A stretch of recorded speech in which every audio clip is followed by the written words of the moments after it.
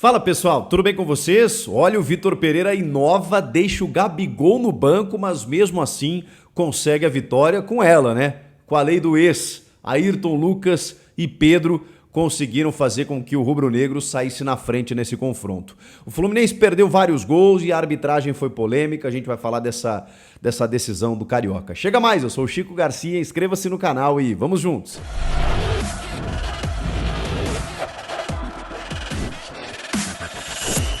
Bom, vamos falar desse primeiro jogo aí que não tem vantagem, né? Diferentemente da Taça Guanabara. Então 2-0 para o Flamengo no primeiro jogo faz com que o Fluminense, se quiser conquistar o título, tenha que vencer por 3 gols de diferença na semana que vem, o mesmo Flamengo no mesmo Maracanã. Se vencer por 2 gols de diferença, penalidades máximas. Mas vai ser difícil, porque já é complicado você vencer o Flamengo com o elenco que tem à disposição, ainda mais na obrigatoriedade de você ter que fazer 2 gols de diferença.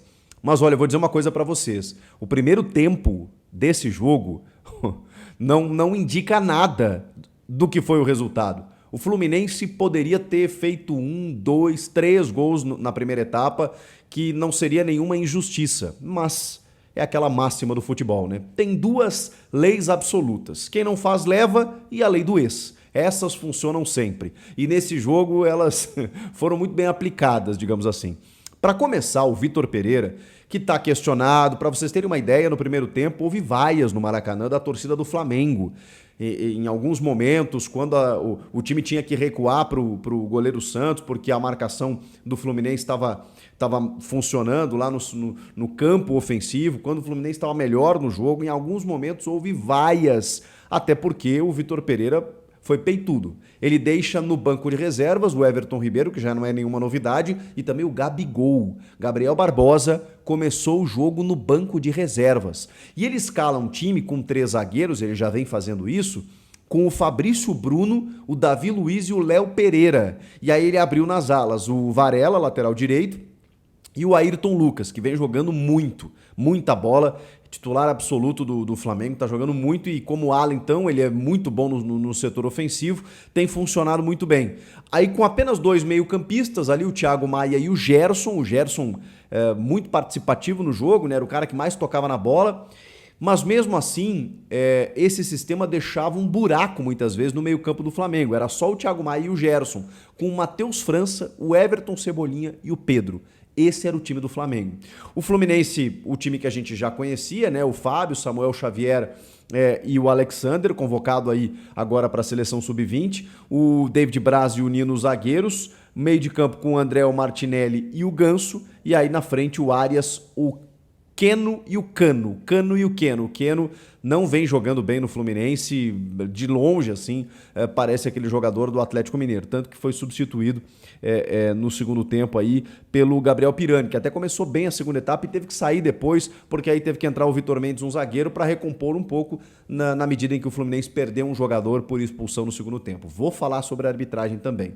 Mas vamos lá, a primeira etapa, cara, em vários momentos, por conta desse buraco no meio de campo do Flamengo, não sei se pelo sistema de 3 zagueiros, provavelmente, né? Mas pela marcação alta do Fluminense, o Fluminense teve muitas oportunidades, ficando cara a cara com o Santos. O Arias, inclusive, perdeu um gol feito, entre outras chances que o Fluminense teve de abrir o placar, e isso não aconteceu. E o Fluminense foi empilhando chances perdidas, aquela coisa toda. O Flamengo custou a entrar no jogo, custou a se entender. O Pedro sempre perigoso, né? O Pedro faz tudo lá na frente, faz o pivô, tenta a jogada, volta, tabela e tal. O Cebolinha também teve um lance de perigo, né? Bem ao seu estilo, né? Cortando para dentro e chutando. Mas o Fluminense teve as chances mais claras. Aí vem o segundo tempo. O Fluminense continuou em cima e tudo mais. E aí aquela velha máxima, ela funcionou. Porque aí o Ayrton Lucas, pelo lado esquerdo, recebeu uma bola do Cebolinha. E aí um furo de marcação do Fluminense terrível, né? Porque aí a jogada tá lá sendo construída pelo lado direito. De repente ela chega pro centro. E aí o Cebolinha enxerga a subida do Ayrton Lucas, ninguém marcando. O Ayrton Lucas sobe, chuta cruzado e marca o primeiro gol. Depois ele faz uma jogada pelo lado esquerdo também, o Ayrton Lucas, cruza, e aí o Pedro, muito matador, né? Chega para finalizar e acaba marcando o segundo. Ali desmancha o Fluminense, né? Pô, você já tem 2-0, no momento em que o Fluminense tava imaginando que poderia ter uma melhor sorte no jogo, o Flamengo vai lá e acaba, digamos assim, fazendo o resultado. Mas por que isso acontece? Tem até uma frase engraçada, né? Olha, vejam só, o Flamengo melhorou quando colocou o Everton Ribeiro e o Gabigol no time. Quem diria? Pois é. Aí, claro, né, o Vitor Pereira alça a mão do seu banco de reservas e aí, como ele não começa com jogadores desse quilate e aí coloca no segundo tempo, é óbvio que o time teve uma melhora. Ele tira o Cebolinha, bota o Gabigol, tira o Matheus França, põe o Everton Ribeiro, tira o Gerson e coloca o Matheus Gonçalves e o Thiago Maia pelo Vidal. E ainda, só depois ele coloca o Léo Pereira, ele tira o Léo Pereira para botar o Felipe Luiz, mais ou menos como um terceiro zagueiro, mas como um lateral ajudando o Ayrton Lucas ali, que está mais à frente, quase como um ponta esquerda, né? Mas como um ala fazendo aquele lado ali. Então, ali o Flamengo já estava muito mais bem estruturado, deu certo, né? A gente pode falar tudo sobre o Vitor Pereira. Meu Deus, que maluco, inventou na escalação e tudo mais. Não se faz isso, né? Você normalmente não deixa os melhores jogadores no banco de reservas. Não sei se foi uma arma para segundo tempo. Não sei se o Gabigol sentiu alguma coisa. Realmente não pesquisei essa informação, não encontrei. Mas é fato que dentro da estratégia dele, quando ele reforça o time no segundo tempo e aí já vencendo o jogo, bom, tudo fica mais fácil. Mas tem alguns poréns, tem algumas ressalvas. Por exemplo, Samuel Xavier foi expulso, muito bem expulso. Ele entra por cima da bola, acaba atingindo o tornozelo do jogador do Flamengo. Isso não tem discussão, pelo menos na minha avaliação. O Diniz reclamou demais, acabou expulso também, deu maior quiprocó ali e tal. O Samuel Xavier foi bem expulso. Ali eu não discuto a expulsão do Samuel Xavier. Porém, o Léo Pereira também tinha que ter sido expulso. E isso acontece antes da expulsão do Samuel Xavier.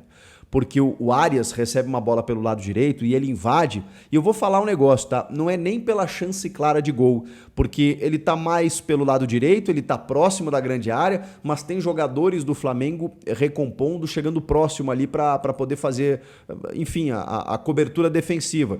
E o árbitro analisa muito isso, né? Se o defensor vai chegar ou se ele tá só frente a frente com o goleiro.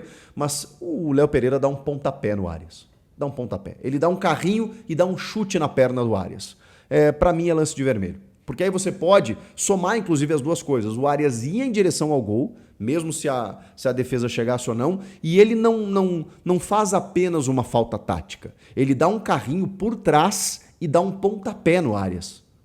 É lance de vermelho. Então, o Wagner, do Nascimento Magalhães, eu acho um dos piores árbitros do quadro brasileiro. Eu não entendo ele apitar um clássico desse tamanho. Não entendo ele estar apitando ainda jogos grandes, porque ele é muito perdido. Pô, tem uma jogada do Fluminense que o André sai costurando todo mundo, passa por todo mundo e ele apita a falta antes. E o André sairia livre pelo lado direito também. Aí o André se indigna, chuta a bola na arquibancada, xinga o juiz, toma um amarelo também. Mas, cara, é de revoltar. E ele cometeu vários lances assim em que ele não deixa o jogo correr, falta de critério, sabe? Ele é muito ruim, mas muito ruim. E tem esse prejuízo pro Fluminense, não pela expulsão do Samuel Xavier, mas pela não expulsão do Léo Pereira. Ficou tudo pro próximo jogo, mas é claro que o Flamengo tá com uma vantagem absurda. O Fluminense vai ter que jogar, enfim... Normalmente Flamengo e Fluminense têm feito grandes jogos, né? Então não dá para dizer que está tudo definido, mas assim, vamos combinar que a vantagem é significativa. O Fluminense vai ter que fazer 2 gols para levar para pênalti. Então realmente o Flamengo está com uma mão na taça e aí o Vitor Pereira pode ter uma pequena redenção. Acho que o Carioca é muito pequeno pelo que se espera desse elenco do Flamengo, né? Ele começou perdendo muitos títulos no começo do ano, Supercopa, Recopa, Mundial, papapá. Nem disputou a final do Mundial. Então ganhar o Carioca é óbvio que nesse momento sim seria um prêmio de consolação, mas daria uma tranquilizada no ambiente, né? Porque estadual é aquela coisa, né? Se você ganha, você não comemora tanto, experimenta perder para o teu rival. Então, se ele perdesse, eu acho que a pressão seria gigantesca. Se ele vencer, confirmar o título carioca, acho que ele entra um pouquinho mais leve na Libertadores, Copa do Brasil, Brasileiro, mas igualmente pressionado. Vamos aguardar, porque ainda tem o jogo da volta para ver o que vai acontecer. O Diniz vai ser suspenso, não vai estar no banco de reservas. O Samuel Xavier também. Então o Fluminense realmente tá bem complicado na história e o Flamengo tem a chance de confirmar o título. Vocês gostaram do jogo? Comenta aqui, inscreva-se no canal. Eu volto na próxima. Tchau!